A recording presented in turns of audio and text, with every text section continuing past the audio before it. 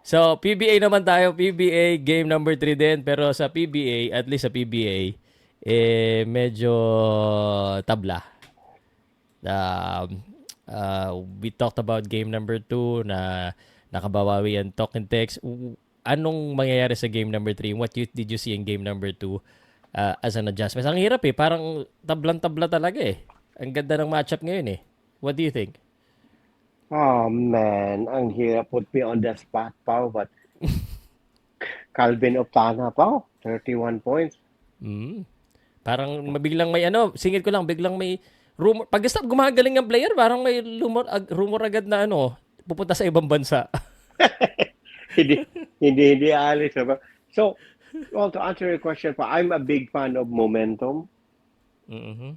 Kasi you go there. Sometimes kasi, Pao, most of the time, basketball is a state of mind or playing sports is a state of mind. Diba? Just like you, sa trabaho natin, if we are in a good state of mind, we become more productive. Happy tayo, Yeah. good vibes lahat, di ba? Mm. So, TNT is that team today. Uh, pero, Ginebra was also that team entering game 2. Diba? Momentum, sila momentum eh. Mm. Diba?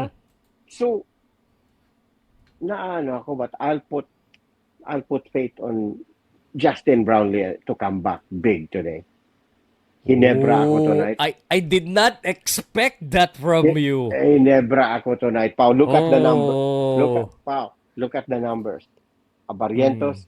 Si Abarientos medyo nag-cool off ng konti. He didn't even attempt a 4-point shot, which is good because 4-point shot is a terrible shot. But I Mm. think he will be more aggressive today, Pau. I think Troy Rosalio will come back to form. Japit Aguilar, I think after, couple hours rest, days, 48 hours rest, I think babalik sila. Ngayon, Pau. Siya, And ang officiating, Pau, medyo dehado konti ang San Miguel. Well, reklamo kasi Coach Tim Cone eh. Said the crew ka, was terrible. So, hindi ko naman sabihin na nagpapaling, nag-ano ang referee. I'm just gonna say, if it's going to be a more even whistle, may tiwala pa rin ako kay Brownlee, Pau. Makolo, tingnan mo ko, Makolo really did not, hindi siya nagpatalo sa ano eh. Ginebra, mm. it was Oftana. Diba? Yeah. And knowing Tim Cone, I know he will make adjustments. Just Yeah. like Chat Reyes made an adjustment na si ano ang napastart sa game 2 si Heading. Diba? Alam ko na may counter na si Tim Cone dyan. So, I like him. I like Ginebra tonight. Hindi ako makapaniwala talaga. I think yung mga nasa comment section ngayon magko-comment, oh, totoo ba talaga yan? Eh, hindi mo gusto ng Ginebra eh. Ba't balimbing ka ngayon sa Ginebra? Ganon, ganon. No, Well, no, I no. mean, no, wait a second. Yeah, No, yes. how come you said you're a fan of momentum when Token Text just won the last game with Oftana scoring 31 points and you suddenly picking Ginebra? Yeah, because yun ang about exactly my point na ang Ginebra Mm, had momentum in game 1 carrying to game 2. Hindi nila na take advantage. So it could also, kasi here's the thing, Pao. mm. The momentum can also breed overconfidence. Eh. Yeah. And that's why, baka Token Text to. No, because they're the ones who just won game 2. So baka mag-overconfidence sila sa game 3. It's momentum versus desperation. Mhm. Ang Ginebra naman, we can't afford to fall 2-1 in the series kasi ang tindi talaga nila eh. So we have to be the ones on top. It's hard to be coming from behind all the time, fighting off your heels. Yeah. So Um, nakikita ko internet, Tim Cone will make an adjustment. Uh, Troy Rosario will play a little better than he did. 6 points lang siya pa o 10 less than. Tingnan mo pa ha.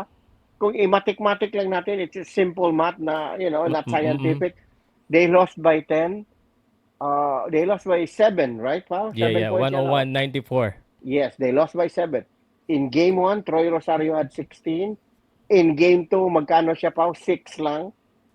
So if he scored 16 power, lamang sila ng tatlo, right? Yeah. But I Yeah. wouldn't I wouldn't put Roy Rosario on the spot para sa akin. Sino? No? Si Ku. Para sa akin, hindi siguro. I mean, these guys are secondary players, no disrespect.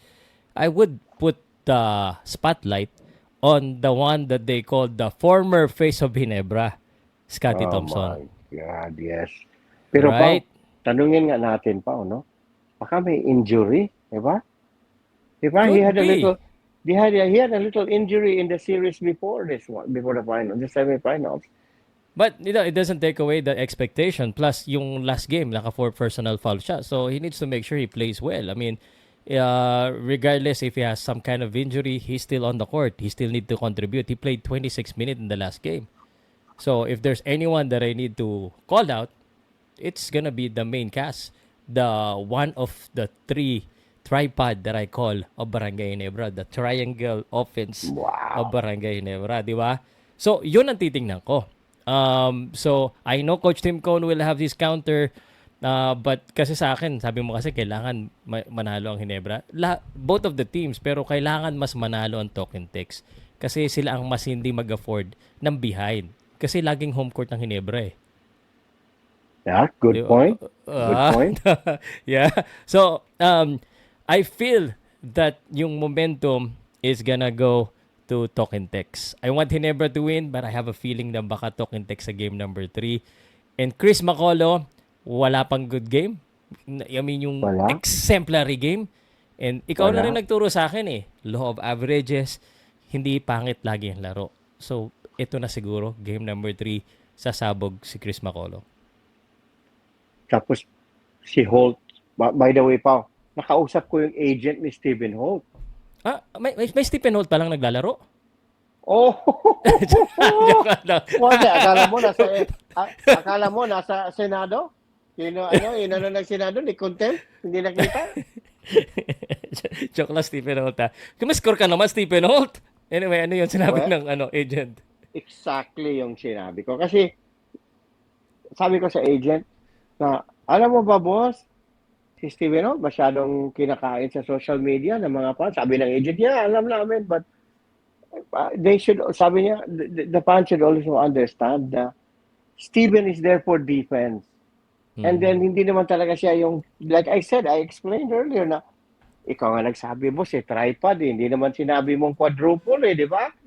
So, pero, the beauty of, importante pa rin siya dyan. That's why he's still making 44 minutes a game, playing 44 minutes a game. It's because, para din siyang boss, kahit na hindi yan nag-score, hindi mo raw maiwan. Because because teams know that he can and will shoot the ball. So that because the teams cannot leave him, hindi sila maka-double team kay Barrientos, hindi ka maka-double team kay Rosario, kay Scotty, kay Brownlee. Iba kasi pag hindi ka, like for instance, kung Kyler Kelly yon, pwede mo i-double team. Alam mo naman talaga na aside from hindi tumira, hindi talaga magaling tumira. Okay. Di ba? So that's why, ang sabi niya sa depensa daw, sabi ng agent, we hope daw na people need to also appreciate yung depensa na ginagawa. Hindi lang yung mahilig daw kasi sa highlights. Totoo naman talaga, di ba? Yung mga most of the fans. Magkano score niya, no? Ilan ang score niya, no? No, there are many other things in basketball. That's true. But let me rebut to this. Yes. I hope the agent is watching. Let me just rebut to this. Oo. Of course, agent also know that fans are fans. They would say, kung ano yung nasa ibabaw, yun na nakikita na yung surface eh.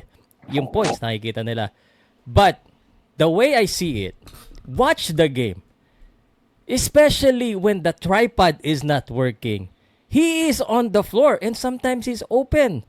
What does he do? I mean, if he's a shooter, even though he's not tasked to shoot, and I appreciate the defense, may mga open naman siya. Ayaw niya eh. I mean, sometimes, even if your defense, kailangan mo score. Look at Draymond Green. May mga times na pag hindi magandang shooting ni Klay Thompson, ni Curry, he needs to step up. All I'm asking is, Holt. I mean, 1 point. I mean, you cannot, kumbaga, hindi mo pwedeng sabihin na all for defense ka lang. When you have 1 point and you have poor shooting. No? When you have a chance, when open, tira mo naman minsan because I know you're gonna make it. But why don't you? Yun lang hindi ko maintindihan. So, first of all, magpasalamat ako sa iyo, Pao. Mm. Kasi si Holt, hindi na talaga mag-guest sa home size sa episode natin next week. Patay ka, bakit? Ha? Kasi nirebat mo eh. But anyway, yeah, you're right. Seriously speaking, yes, you're right, Pao. Mm. Siguro ang basa ko dyan, siguro kulang lang ng confidence. Di ba in game 1, he Oh, had mas only 2 malala yun kung attempts. confidence ang kulang. Oo, Mm. Mm. game 1 pa, dalawang shot lang siya eh, walang napapasok, di ba? Sa game Yeah. 2, how many attempts did he have? I think he had 0 attempts. Meron ba? Meron dalawa? Hindi, dalawa. Walang pumasok. Yun nga Yeah. yung sinasabi ko. I mean, he's there So, for defense, but when there's a seldom time that he's needed for offense, what happened? 0 out of Yeah. 3 and then 0 out of 2. Eh kung Yeah. isunod niya yon kahit 6 points siya, no problem. Yun na nga. Tanungin ko nga. Pag i-circle ba? You know what's even better? I-ask Yeah, natin si live. I-ask natin sa show. Guess ka nga sa amin, pero I doubt it kasi ongoing ang finals. Oh, wag mo But na yes, ngayon, after na but- lang. but I'm yes, sure they're but- professional. But I mean, but- I just wanted to say real quick, I just want people to appreciate him. I just want him to be better because regardless if he's brought in for defense, I always come back. I mean, we missed the Stephen Holt of Terra Firma, his personal performance. So we know he can do it. I Yeah. you know, why? Okay. kung ako yung kalaban ni, if I were a opposing team tapos maglalaro ng mind games kay Steven, alam mo anong gagawin ko sa kanya? Anong isabi ko sa kanya? Paano ko siya aasarin? Mm. Kaya hindi na siya tumira pa kasi siguro may instruction na hold your fire. Hold your fire. Hold up. That's a foul. Iba ba? Oh my God. Oh my God. Kung therefore, Pao, kung isang golfer pa to si Steven, Oh. hindi niya kaya mag-hold in one. Oh, okay. Okay ka, grabe ka. Pero example ka lang, New York Knicks ha. Tripod importante, pero New York Knicks 4 ang gumagawa. Eh, nasa first 5 siya. Kahit mga 10 points lang. It's not asking too much. Pati na nga si Deuce McBride kagabi, Pao, no? At saka si Alvarado, no? Kahit pa 3 points, 4 points lang. Because every little bit helps. So yun na nga. I think makatulong talaga siya. Both ends. So Pao, I have his phone number. May clip ako dito na may rebuttal ka at ano ko to. Gawin ko, sige. i-forward ko sa kanya. Tingnan natin. Sabihin ko lang sa kanya, Steven, ito yung, this is what, kasi hindi nagtagalog yan pa eh. So sabihin ko na lang, hey, this is what my podcast partner told about you. You need to score. He said you're missing. He said the NBA has you in custody. And you know what? I think you already know this. Do you remember the time that I rooted for Terra Firma? Who was the players there? Yes. It was Yes. Tiongson and Stephen Holt. And I've been saying, ang galing na ng Terra Firma with Stephen Holt and Tiongson. Wag yun na i-break to. Paborito sila yung dalawang paborito ko nun eh. Nung nagko-cover pa ako, I became a fan. So I expected a little bit more. Yun lang. The reason why it hurts is because, we know you can. Why don't you? Yan. Alright. Very good, pa. Baka mabalik din sa Terra Firma yan. Balik din na lang Stephen Holt at Wami Chongson ulit. No, it won't happen, Pao. You know why? I know. Why? Kakapirma lang ni Stephen Holt tapos may 2 years pa daw, sabi ng agent. Well, So, may kakapirma. In trade naman, pwede pa rin mangyari kahit pumirma eh. Oo, pero at least secured na. Secured na. You don't want to kung babayaran mo lang naman yung kontrata niya and trade him, might as well have him play for you. Yes, Pero sa tingin ko pa, may asim pa eh. May asim pa si Holt. Kahit na hindi ka medyo approve sa offense niya, I think as a player, as a whole, I think he's still very good. Yeah, I mean, it's not a question kung may asim o hindi eh. The question is, are you gonna squeeze it or not? Yeah, yun. Oh, He's not squeezing it. Wow. Meron. He has it inside. So, I just Pao, don't know. is it fair to say that he has underperformed his contract? I mean, it looks like it. Wow. Wow. This would have Kasi been sa, this would have been a different story. Sabi nga nila, kahit ganyan yung performance mo, kung nananalo kayo, kung mag-champion kayo, walang usapan. Pero so I would reserve a little bit. I have a little bit of reservation. Because natalo ka, hindi, maghahanap tayo ng butas. And that's one of the butas. Unfortunately, that's, it is what it is. Pero kung mag-champion sila at ganyan performance, hindi na masyadong mapapansin yan. have you also considered the idea pa na baka may blame What? din ng konti si Coach Tim Ko na hindi niya binibigyan ng play or most of the offense is so heavily reliant on, yun na nga, tripod na sinabi mo. Maybe, maybe not, but because I see, if you watch the game, I see may opportunity naman si Stephen Holt eh. Yeah. May opportunity, I mean, promise, dumadaan lagi sa kanya yung bola eh. Yeah. What not, biglang mag-suppress siya. Uy, biglang jump shot. Wala, ayaw eh. Oo nga, di ba? So, tingnan natin. Sa game 3, I think Sana I marinig niyo still to. Isang jump shot lang. I still believe that he will not score more than 10 tonight. Ah, Ang over-under ko sa kanya tonight is 10 and I don't think he will go over. So tingin okay, ko he nga, will score 10 points. Naririnig niyo to, mapapanood niyo to. Pao, this is for you. oh my God. Kasi ikaw pa, lately pa ha, ang galing mo. Your predictions lately had been like from your lips to God's ears. Ha? Diretso. Ha? Ganun talaga. May bumubulong sa akin eh. Kita ko, I have to give it to you. Yung prediction mo kagabi kay Casimero, just on point talaga. Yeah. On point Anyway. talaga. So, TNT tonight, the keys to victory pa will be Oftana and Pogoy. They have to produce because you really can't. Sa tingin ko lang to ha, McCullough is one hell of a player but he's no longer the same player na nandoon sa Ginebra 7 years ago, San Miguel, that could carry the team on his own. So, kailangan ngayon Pugoy, Oftana, and the other locals should perform para matalo nila ang Ginebra. And then also avoid foul trouble kasi pag doon sila nadidiskaril pa pag nagpa-foul trouble because the size of TNT is just overwhelmed si Ginebra sometimes. Kasi Galinato nandoon si Galinato, ang laki, nandoon si whatchamacallit, BGR. Diba? May Kelly Williams pa. Right? So, they stay not in foul trouble, they rebound the ball, tapos yung production talaga ng mga locals. Yun ang keys nila. Sa Ginebra naman, I think, if he really, kung magiging selfish talaga si Brownlee pa, kaya, nobody there at TNT can pick him. Galing ni Brownlee, so I have faith in Brownlee. So I think he'll work tonight and I think they will win tonight. Game 3. Ikaw pa. Okay. Oh, first of all, gusto ko lang sabihin Ginebra will be the champion. So there you go. But I think Tokentex will win tonight. Wow. Tokentex will win tonight. Chris McCullough is gonna burst. He's gonna perform now.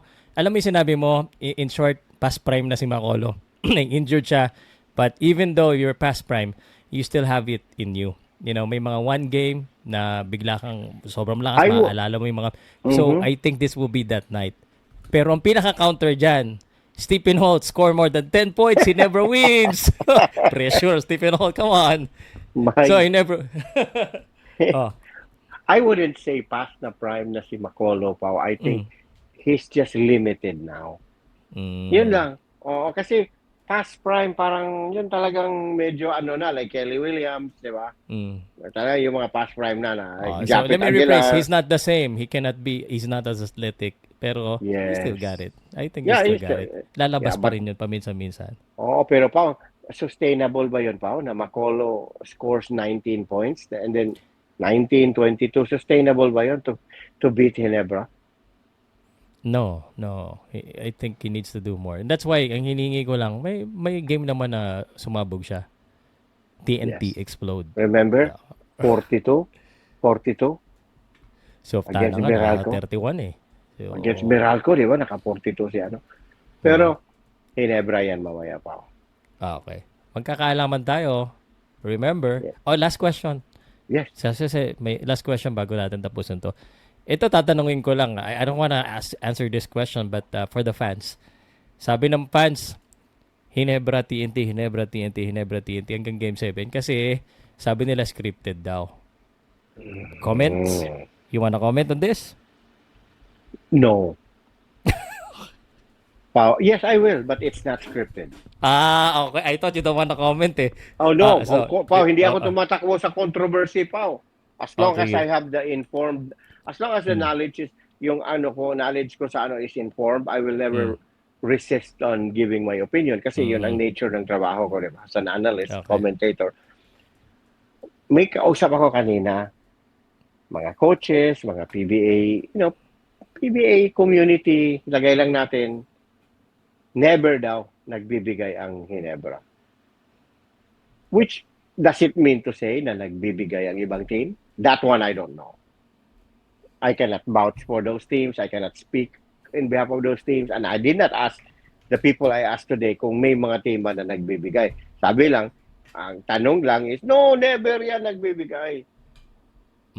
And also, Hinebra needs a championship badly, Pao. Hindi na siya na champion. 3 years na. Right? Is it 3 years? 2 years and a half? Whatever it is. So, you're talking 8 conferences, di ba? Tagal na. So, kasi nang dumating si RJ Pao, hindi na nakagalaw si Pao eh. Si Brownlee, di ba? Galing kasi ni RJ. Defensive import talaga. So, hindi gumagana yan. I don't think it's scripted. But I can see why may ganunan sa belief ang mga fans kasi nakikita nila siguro sa iba, pag lalo na mga sister team, ito kasi pa, hindi to sister teams eh. They will never give way. Di ba? Kung sister Ako rin, di team ako magbibigay kung hindi ko kapatid eh. Yeah, of course. Di ba, Pao? Okay. So, what are you saying? Are you insinuating something? Well, no, I'm just saying na, okay. that I can understand why some fans would believe na may bigayan sa PBA. Kasi nakikita, di ba, na they can say na, uy, number 1 seed, ang NLEX, pero tinalo ng TNT, number 8 seed. Bakit kaya? Is it because, sister company, tapos MVP group ito, TNT? TNT is the mother, kumbaga, signature franchise nila. Diba? Yeah. So, doon that's the doubt, the seed of doubt is planted there. Pero, hindi naman binigay ng Meralco yun eh, ng NLEX yun eh. Yes, so, but I agree yun na nga, that's why I'm saying na that's where the suspicion comes from. So, naiintindihan ko. Pero, I'd like to dispel that. At saka, itong Hinebra, hindi yun. Si si Team Cone pa kaya? Oh my God, I cannot imagine Team Cone na papayag. Di ba? Yes, I agree. Yeah. Laban lang. Laban lang. Talaga. You lose. You don't coach in the PBA for 25 years and participate in some monkey business, di ba? Yeah. Tsaka alam ko itong dalawang kumpanan na to, gusto talaga nila yung manalo. These are winning corporations, so they're not gonna give an inch. Pero ilagay natin let's put that on record na at least for one night, nagiging nag-create ka ng infidelity Pumunta ka sa TNT Ha? Oh my God. You know me, Homer. I could separate my emotion for what I feel is, what I really see. Professional tayo eh.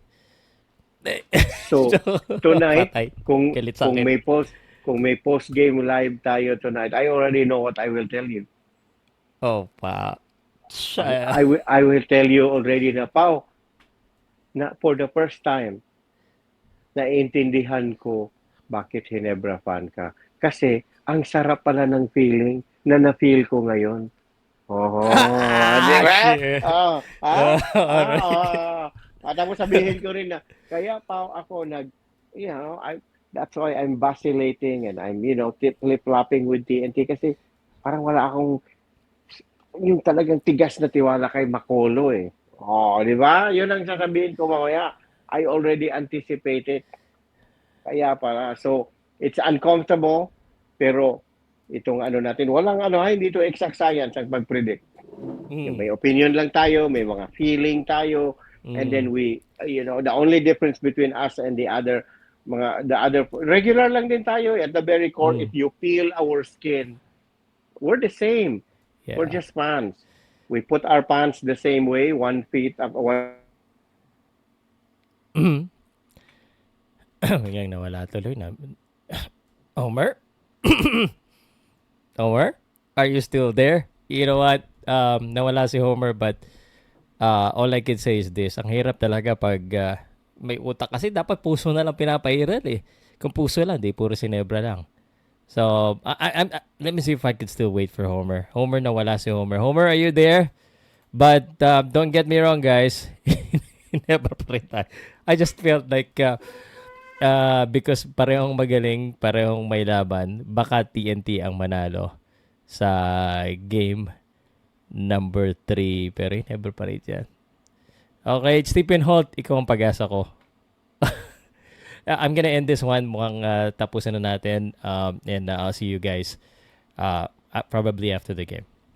Thank you so much. Pa-share, pa-like, and comment kung na ano kayo na tutuwa kayo sa discussion namin. Salamat po. God bless everyone. Let's go, Inebra.